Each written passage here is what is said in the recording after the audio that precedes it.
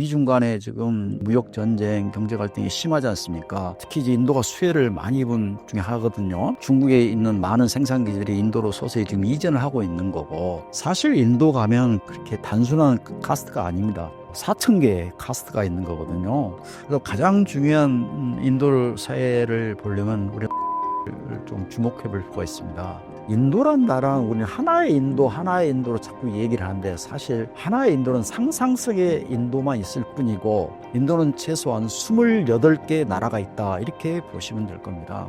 모디 정부가 이번에 발표를 하기를 테러를 전쟁 해결로 감지하겠다, 지금 이렇게 얘기했거든요. 앞으로의 테러는 내가 전쟁 해결로 감지하겠다.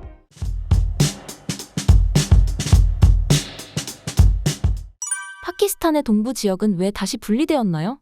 그거 말씀인데, 원래 이제 파키스탄이 이제 양쪽으로 동파키스탄, 서파키스탄이 분리 독립돼서 이제 쭉 갔는데, 기본적으로 인구는 동파키스탄인 사람이 더 많았어요. 한 55%대 서파키스탄이 45%. 근데 중요한 것은 정치, 경제, 군사 모든 권력이 서파키스탄 사람들이 장악을 한 겁니다. 그러면서 이제 개발을 해 나갈 때, 도로를 하든 새로운 산업공단을 만들든 할 때 주로 서파키스탄에 가는 거예요. 그러니까 동파키스탄을 철저히 차별을 한 겁니다. 차별을 많이 한 거죠. 당연히 이제 자기들이 인구는 더 많은데, 같은 나라인데, 똑같은 나라인데 차별을 하니까, 자기도 똑같이 세금 내고 똑같은 나라인데 차별하니까 어느 사람들이 좋아하겠습니까? 그러니까 그것까지 계속 어느 정도 참아왔는데, 급기야 자기들이 쓰는 말, 벵골리라는 말을 못 쓰게 합니다. 인도나 파키스탄은 굉장히 언어가 다양하거든요. 우리 뭐 사투리 개념이 아니고 문자가 다른 언어가 다양합니다.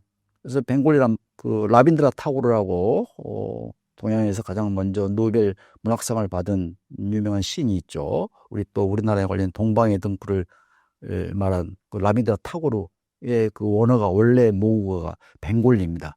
벵골리라는 아주 아름답거든요. 근데 그 자신들이 쓰는 그 모국어인 벵골리를 동파키스탄은 못 쓰게 합니다.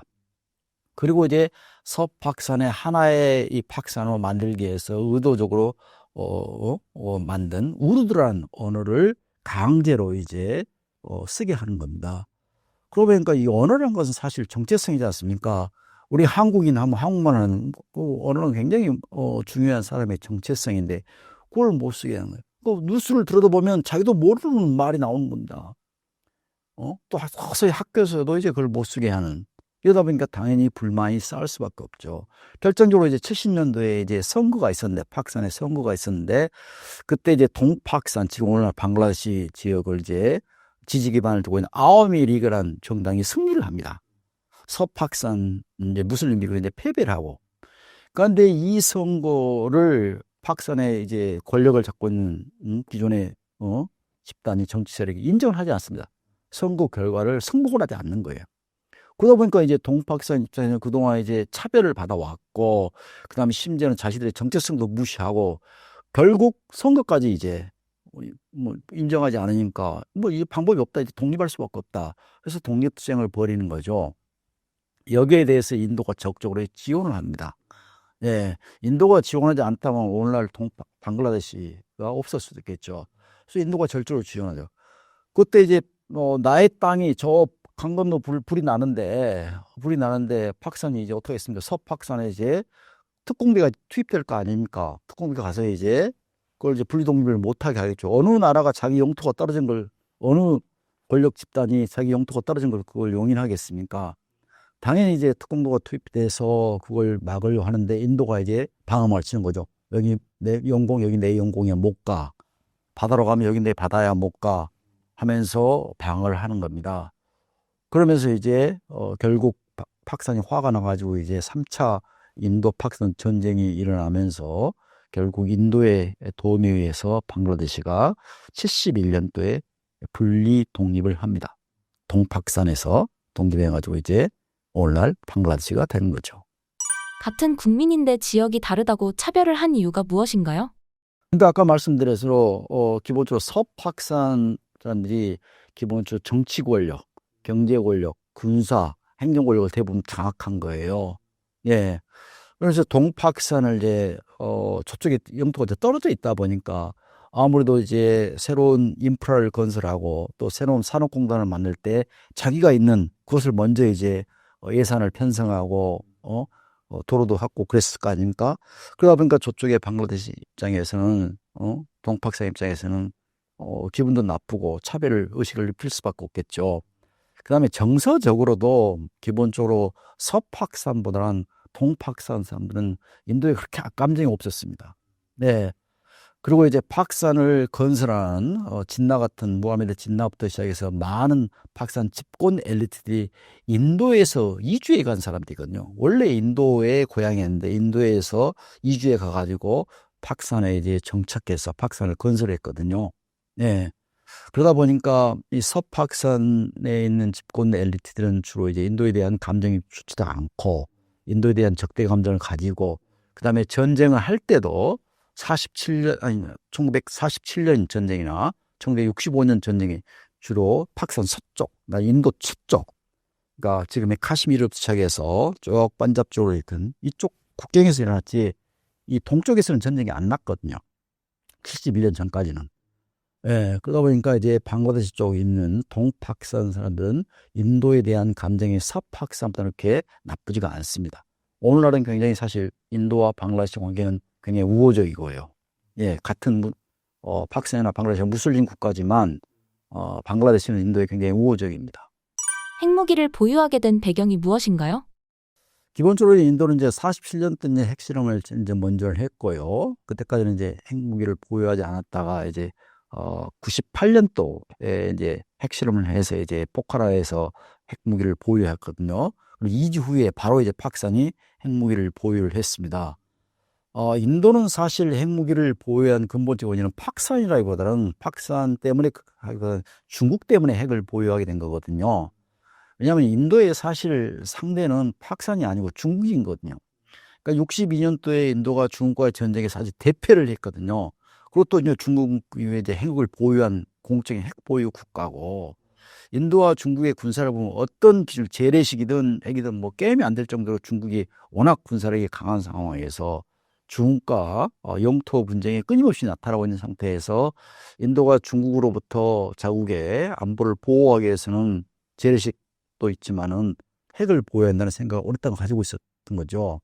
그러다 이제 74년 때 1차 실험하고 이제 오랫동안 이제 미국이나 서방의 눈치를 보고 왜냐하면 경제 제재를 받으니까 그러다가 이제 98년도에 결국 2차 실험을 해가지고 이제 핵을 보유하게 된 거죠. 그런데 인도의 적국인 그 파키스탄도 계속해서 핵 보유하려는 실험을 준비하고 있었죠. 언제든지. 그래서 파키스탄이 기본적으로 핵을 개발한 것은 중국의 도움도 받고 그다음에 이란의 도움도 받고 심지어는 북한의 도움도 받았다는 거 아닙니까? 그러면서 파키스탄도 언제든지 그것을 하고 있었죠. 그러다가 인도가 실험에 성공하자마자 2주 만에 항상 스위치만 누를 준비를 하고 있었던 거죠. 양국이. 있다가 인도가 하니까 파키스탄도 해가지고 둘이 지금 핵을 보유하고 있는 거죠. 그래서 인도는 중국 때문에 핵을 보유했다 보고 파키스탄은 인도 때문에 핵을 보유하게 된 계기다. 이렇게 보시면 될 것 같습니다. 현재 인도의 경제 상황을 알려주신다면요? 인도 경제 상황 아주 좋죠. 파키스탄에 비해서는 아주 좋습니다. 전 세계 주요국 중에 지금 뭐 6, 7% 경제 성장을 하고 있는 나라는 인도밖에 없거든요. 인도 경제 성장 아주 좀 좋고요. 뭐 2023년도 2년 전에는 뭐 8% 성장을 했고 작년 한 7% 정도에서 어쨌든 6, 7% 성장은 앞으로도 계속 갈 거다 이렇게 보고 있는 것 같고요. 그다음에 주변 지금 환경이 그렇게 나쁘지 않은 것 같아요. 지금 뭐 미중 간에 지금 무역 전쟁, 경제 갈등이 심하지 않습니까? 그다음에 코로나 이후 이제 글로벌 공급망이 재편되면서 특히 이제 인도가 수혜를 많이 입은 국 중에 하나거든요. 최근에 이제 뭐 애플을 비롯해서 중국에 있는 많은 생산기들이 인도로 서서히 지금 이전을 하고 있는 거고, 그다음에 미국도 그 인도의 거대 시장에 관심을 가지면서 다국적 기업들이 인도의 생산 기반을 계속 확대해 나가고 있는 추세거든요. 우리나라의 삼성이든 LG든 현대든 또 마찬가지고요. 그래서 우리의 대기업은 인도에서 그동안 굉장히 잘 시장에서 성공적으로 세틀다운을 했거든요. 그래서 마켓쉐어가 뭐 1, 2를 달릴 정도로 우리 대기업들이 아주 잘 가고 있습니다. 그래서 이제 우리 입장에서도 그 잘 나가는 인도 시장 또 인도가 세계 이제 인구 대국이지 않습니까? 중국을 지금 앞졌잖아요. 세계 최대 인구 대국이 되니까 인구가 많다는 건 이제 소비량이 그만큼 많다는 거잖아요.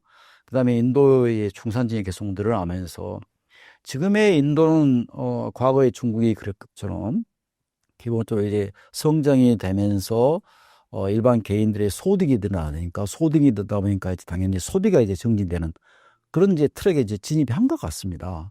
그래서 이제 이런 트랙에 이제 진입했다는 것은 앞으로 과거 중국이 그런 것처럼 중국이 2000년부터 본격적으로 성장했지 않습니까? 최소한 20년 또는 30년은 인도의 거대한 인도의 성장이 호박이 굴러가지 않을까 이렇게 기대를 하고 있어요. 예, 그런 인도 시장에 대해서 우리도 더 많은 좀 공부를 해야 돼가지고 진출을 해야 되지 않을까 이렇게 생각합니다. 인도는 세계 인구수 1등인 나라입니다. 그만큼 사회구조도 굉장히 복잡할 것 같은데요. 인도만의 사회구조를 설명해 주신다면요? 뭐 우리 인도 사회구조 하면 그냥 먼저 얘기하는 건 카스트 제도를 얘기 많이 하지 않습니까? 인도는 뭐 카스트만 복잡한 게 아니고 사실 카스트라고 하면 우리는 뭐 초등학교 때나 중학교 때 배우는 뭐 인도는 뭐 브라멘, 크샤트리아, 바이샤, 수드라가 뭐 이렇게 있다. 그다음에 그 밑에 언타처블 있다 이렇게 배우는데 사실 인도 가면 그렇게 단순한 카스트가 아닙니다. 많게는 뭐 4,000개의 카스트가 있는 거거든요. 예, 그래서 카스트 계급도 우리가 알고 보면 훨씬 더 복잡하고요. 다양하고요. 그다음에 인도는 뭐 종교의 복을 정도로 수많은 종교가 있지 않습니까? 뭐 힌두 다수 지역이지만 무슬림도 있고 뭐 기독교도 있고 불교도 있고 시크교도 있고 뭐 자이나교도 있고 큰 종교를 생활하고 있는 곳이죠. 그래서 가장 중요한 인도 사회를 보려면 우리가 언어를 좀 주목해 볼 필요가 있습니다. 뭐 중국이야 인도가 비슷하게 크지만 중국은 하나의 말을 지금 쓰고 있지 않습니까? 기본적으로 국가 차원에서 그렇게 이제 이미 다 정책을 펼쳤기 때문에 중국은 이제 여기 가든 저기 가든 대부분 다 하나의 중국말이 통하지 않습니까? 인도는 동쪽에서 서쪽 가면 말이 안 통하고 남쪽에서 북쪽 가도 말이 안 통합니다. 아까도 말씀드렸지만 사투리 개념이 아닌 문자가 다릅니다. 문자가. 우리는 뭐 세종대왕께서 한글을 창작해서 얼마나 자랑스러워하면서 한글날을 국경일로 선정하면서 자랑스러워하고 있지 않습니까? 인도는 세종대왕이 너무 많아가지고 국경일을 뭐 하기가 쉽지 않아요. 그러다 보니까 워낙 언어가 많다 보니까 헌법이 인정한 언어만 22개입니다. 그 헌법이 인정했다는 것은 우리의 뭐 수능을 본다거나 우리의 공무원 시험을 할 때는 모든 시험은 기본적으로 22개의 언어로 시험 문제를 내야 되는 겁니다. 그러니까 내가 A라는 언어를 모국어로 하는데 B라는 언어로 시험 보면 불리할 거지 않습니까? 그래서 기본적으로 22개의 언어가 인도 헌법이 지정하는 언어입니다. 예. 그 중에 이제 너무나 언어가 많다 보니까 이제 공용어를 하죠. 그래서 공용어가 영어와 힌디란 언어가 두 개가 공용어입니다. 그래서 인도 중산층 이상들 대부분은 영어로 커뮤니케이션 하죠. 비즈니스 언어는 거의 100% 영어고요. 뭐 행정 사업도 대부분 다 영어로 하고 있고, 그렇죠. 대학 교육도 저도 델리대를 한데 인도 최대 대학 델리대를 한데 거기 델리대 교수들이 거의 100% 영어로 강연. 왜냐면 각 지방에서 유학을 왔는데 교수가 특정 언어로 강의를 하면 못 알아들었잖아요. 그렇죠? 그래서 영어로 강의를 하는 거죠. 그래서 그다음에 이제 주가 인도는 카시미르 주가 지금 현재 이제 연방 집권을 격할돼서 원래는 29개 주였는데 지금 28개 주로 지금 돼 있는데 인도란 나라는 우리는 하나의 인도로 자꾸 얘기를 하는데 사실 하나의 인도는 상상성의 인도만 있을 뿐이고 인도는 최소한 28개 나라가 있다 이렇게 보시면 될 겁니다.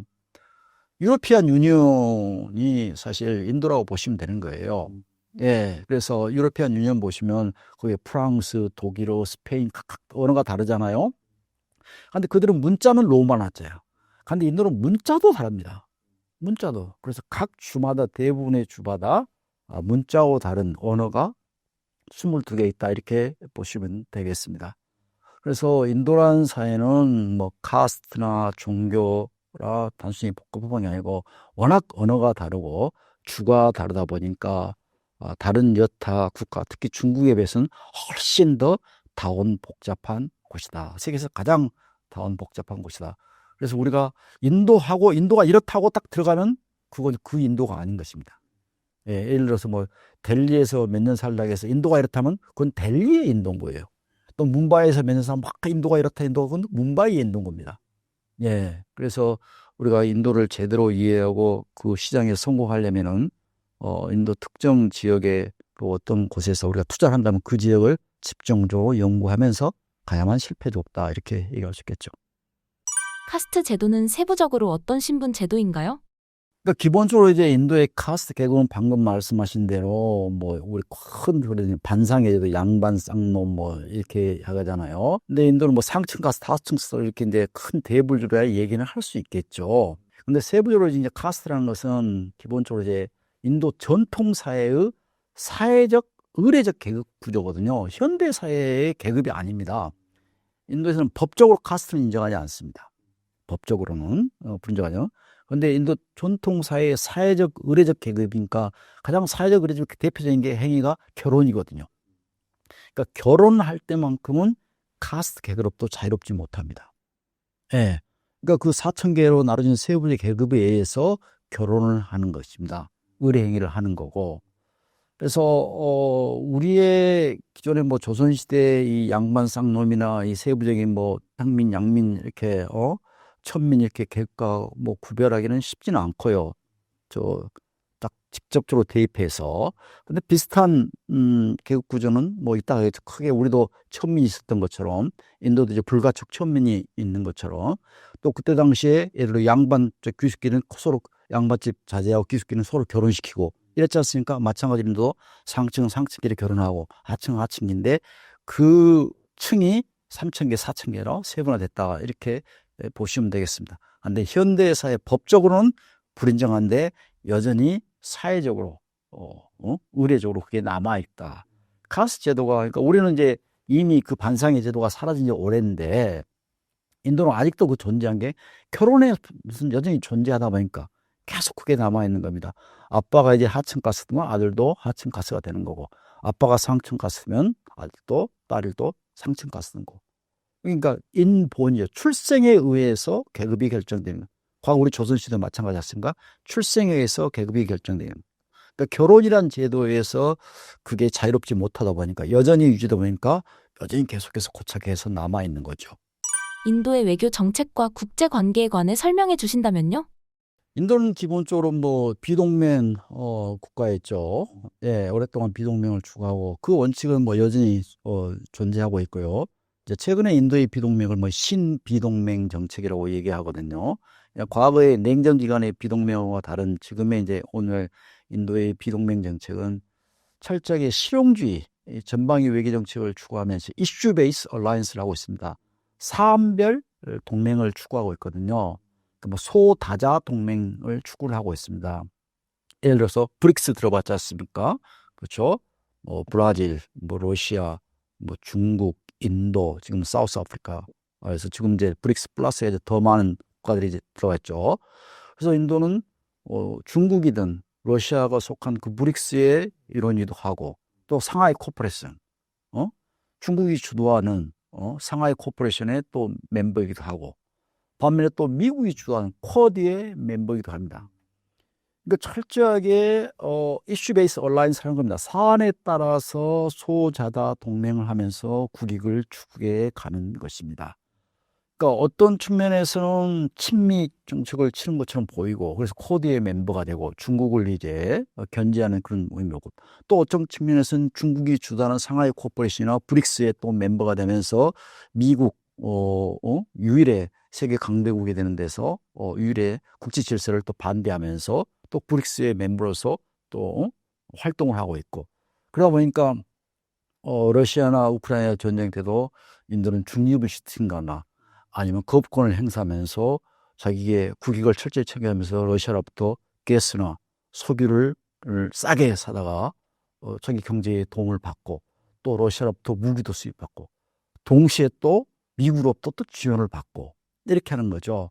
그러니까 철저하게 전략적 자율성을 확보하면서 스트레티직 오토노미를 가지고 있으면서 외교 정책을 하는 것입니다. 그러니까 우리나라도 지금 이제 우리가 미중 간의 갈등이 뭐 새우등 고래 싸움에 새우등 터진 꼴이 지금 되고 있고 또 장기적으로 인도가 이제 더 큰 강대국이 되면은 또 중국과 인도의 눈치를 안 볼 수가 없는 상황이 되겠죠. 이런 상황에서 우리가 좀 더 국익을 좀 밴드하려면은 인도 같은 전략적 자율성을 확보하는 그런 외교 전략을 추구해 보는 것도 좋지 않나 이런 생각을 해봅니다. 파키스탄이라는 나라는 한국인들이 잘 모를 것 같습니다. 우선 파키스탄의 경제 상황을 알려주신다면요? 예, 파키스탄은 경제 상황 아주 안 좋아요. 코로나 이전부터 사실 파키스탄 경제 상황이 안 좋았거든요. 파키스탄이 중국의 1대1로 정책에 아주 적절히 부합한 나라 중에 하나거든요. 그러면서 여기저기 중국에 많은 돈을 빌려다가 여기저기 많은 인프라를 건설했어요. 더 나아가 뭐 사우디아라비아는 아랍에미리트 같은 중동 지역의 국가로부터 많은 외채를 끌어다가 인프라를 건설했거든요. 그러니까 대부채가 계속 늘어났겠죠. 거기에 이제 코로나 사태가 터진 겁니다. 설상가상으로 우크라이나 전쟁이 또 발생하고 더 나아가서 2000년에 국토의 뭐 3분의 2가 잠길적으로 대홍수가 난 적이 있거든요. 인더스강인데 범람해가지고 대홍수가 난 적이 있습니다. 그러면서 이제 파키스탄 경제가 완전히 파탄 지경에 떨어져가지고 2023년도에 30억 불의 IMF 구제금을 받고 그다음에 작년에 70억 추가로 70억 불 더 받아가지고 인도와 파키스탄이 지금 IMF 구제금을 받았습니다. 그래서 지금 현재 지금 IMF 프로그램이 지금 돌아가고 있는 상황이거든요. 그래서 파키스탄은 작년에 지금 한 2.5%인가요? 4%인가요? 하여튼 2.5% 정도 금방 정도 성장을 했는데 인도는 작년에 한 7% 이상의 성장을 했고 그래서 파키스탄은 지금 전쟁을 할 경제적인 상황이 아닙니다. 예, 그리고 지금 작년만 해도 거의 한 240억 불 정도의 대부채를 갚았거든요. 그러면 지금 대부채 갚는데 지금 허덕이고 있습니다. 도저히 지금 전쟁을 할 수 있는 경제적인 상황이 아니다. 그래서 이번 휴전도 파키스탄이 먼저 나서가지고 인도에 콜을 한 겁니다. 5시에 휴전이 됐는데 현지 시간으로 파키스탄에서 3시 30분에 인도를 전화해가지고 자 휴전합시다. 그래서 인도가 생각해보고 다시 휴전을 한 거거든요. 그래서 아쉬운 것은 지금 파키스탄인 거고 인도가 지금 칼자루를 쥐고 있는 상태입니다. 네, 파키스탄 경제는 지금 아주 안 좋다. 네. 인도와 파키스탄의 군사력 차이는 어떻게 되나요? 거의 뭐 한마디로 게임이 아닐 정도로 인도의 군사력이 훨씬 우위죠. 뭐 상적으로 생각해봐도 인구도 인도는 뭐 14억 뭐 6천 7천이 되는 거 파키스탄은 뭐 2억 7천이고 인구 규모 자체가 경제 규모도 지금 인도는 전 세계에 지금 뭐 4위, 3위 이러지 않습니까? 예. 지금 뭐 영국을 이미 제쳤지 않습니까? 예. 그런 상태고 그다음에 파키스탄은 지금 뭐 형편없는 지금 경제 때문에 국방비에 투자할 여력이 많지는 않은 거죠. 예. 그래서 뭐 얼마 전에 나온 그 데이터를 보니까 인도가 세계 군사력 중에서 4위더라고요. 한 파키스탄은 12위 정도인데 핵무기가 있으니까 12위 정도 있는데 어떤 기준을 대도 기본적으로 인도가 한 2배에서 3배 정도 군사력이 강하죠. 물론 뭐 파키스탄도 핵을 가지고 있지만 핵을 제한 재래식 무기를 보면은 군사력이 한 2에서 3배 정도 많습니다. 예를 들어서 뭐 군인 숫자 전체 군인도 한 인도는 한 뭐 140만 이상이 되는 거고요. 파키스탄 한 60만 조금 더 넘고요. 군 숫자 자체고. 그러면 뭐 순수한 전투기만 해도 이제 물론 뭐 군용기를 다 포함하면 2,000대가 넘고 순수한 전투기만 해도 인도는 한 500대가 넘고 파키스탄은 300대 좀 넘고 그다음에 인도는 항공모함이 2척이나 있거든요. 파키스탄은 전혀 없고 뭐 잠수함도 한 18대 한 조금만 8대 정도 돼가지고 모든 기준을 봤을 때 인도가 파키스탄보다 2~3배 정도 위에 있다. 이렇게 보면 될 것 같습니다. 모디 총리로 인해 파키스탄에서 분쟁이 생길 가능성이 있을까요? 그래요. 모디 총리가 이끄는 현 인도의 인도는 기본적으로 강한 인도를 꿈꾸고 있거든요. 그러니까 대파키스탄, 대중국에 대해서 하여튼 강경책을 추구를 하고 있습니다. 그러니까 이번에 이제 테러가 났는데 과거와는 달리 인도가 보복수가 훨씬 더 강하게 났거든요. 2019년도에도 뭐 이런 비슷한 사건이 있었지만 그까지 보복을 세게 하지 않았어요. 물론 그때도 이제 모디 정권이었지만 그러니까 모디 정권의 보복 수위가 시간이 갈수록 좀 더 강해지고 있다. 그래서 지금 이제 이미 모디 정부가 이번에 발표를 하기를 테러를 전쟁 해결로 간주하겠다. 지금 이렇게 얘기했거든요. 앞으로의 테러는 내가 전쟁 해결로 간주하겠다. 그동안 테러는 테러로 이제 인정했는데 이제는 이제 테러가 발생하면은 전쟁 해결로 간주해서 곧바로 인도가 보복을 하겠다는 것입니다. 근데 기존 보복과는 달리 이제 카시미르 지역에만 보복한 게 아니고 이제는 파키스탄 내로 깊숙이 지금 보복을 하고 있거든요. 거 나가서 뭐 60년대에 체결된 겐지스강 강물 공유 조약을 지금 중단한다거나 그러면서 전혀 그동안 역사를 한 번도 손대지 않은 그런 뭐 조약까지도 손대고 있고 그다음에 뭐 비자도 전면 금지시키고 있고 무역도 전면 금지시키고 있어요. 그래서 전방위적으로 지금 파키스탄을 압박하에 나가고 있는 것입니다. 이런 인도의 강경책은 앞으로 더 강화될 것 같고요. 예, 그래서 파키스탄이 이번에는 선제적으로 인도가 이렇게 대립해봤자 자기가 지금 경제 상황이 좀 어려운 상황인데 당연히 더더욱 힘들어질 수밖에 없으니까 파키스탄은 최대한 빨리 이 갈등 국면을 지금 끝내려고 하고 있고 인도 또한 사실 뭐 갈등을 해봤자 사실 인도 또한 뭐 도움된 게 사실 하나도 없는 거죠. 인도는 파키스탄과 경쟁해서 힘 뺄 이유가 하나도 없는 거죠. 파키스탄 경쟁에서 힘이 빠지면 당연히 중국만 좋아할 수밖에 없겠죠. 인도 입장에서는 상대가 이제 아까도 말씀드렸지만 중국이다 보니까 파키스탄의 문제는 빨리 해결하고 그렇다고 해서 파키스탄이 테러를 일으키거나 어떤 보복하면 거의 참지 않고 강하게 더 세게 몇백 배로 갚아주면서 파키스탄이 다시는 그런 생각을 못하도록 지금 하겠다는 생각을 하고 있는 것 같아요. 그래서 앞으로 인도에서 어떤 테러가 나타나면 기존보다는 훨씬 더 보복 수위가 전방위로 하고 더 강하게 나타나지 않겠다 이렇게 전망을 해봅니다. 신사임당 시청자분들을 위한 한마디 부탁드릴게요. 예, 어쨌든 인도는 세계 최대 인구 대국이지 않습니까? 근데 우리나라에서는 주로 한반도 주변 사강에 관심이 너무 이제 집중이 돼 있죠. 당연히 우리의 뭐 지정학적인 위치 때문에 그럴 수밖에 없는 거고 또 북한이란 팩터이기 때문에 그럴 수밖에 없겠죠.